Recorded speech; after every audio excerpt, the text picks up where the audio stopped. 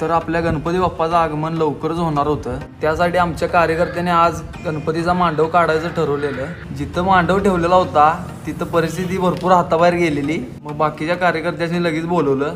मांडवाची परिस्थिती बघितल्यानंतर भाऊ पण विचारात पडलेला। मग कसं तर सगळा मांडव बाहेर काढला। मग आपल्या अध्यक्षांनी अथक प्रयत्नातून मांडव रंगवायला दिला। मग आपल्या सगळ्या कार्यकर्त्यांनी मांडव रंगवायला चालू केला। कार्यकर्त्यांनी कुठलं काम सरळ केले असं झालंच नाही। कलर सांडलाय ते सांडलाय आणि हातानं भरलाय। मग जरा मांडव रंगवला आणि तिथनं आम्हाला जायचं होतं राम मंदिरामध्ये, कारण आज चालू असलेल्या अखंड हरिनाम सप्ताहाचा 5वा दिवस होता आणि आज मंदिरामध्ये देवकी मातेच्या डोहाळे जेवणाचा कार्यक्रम होता। या कार्यक्रमासाठी गावातील सर्व महिला आपापल्या घरातून जेवण घेऊन येतात आणि आपल्या गावातील नृसिंह मंदिरामध्ये हा कार्यक्रम मोठ्या उत्साहात पार पडतो।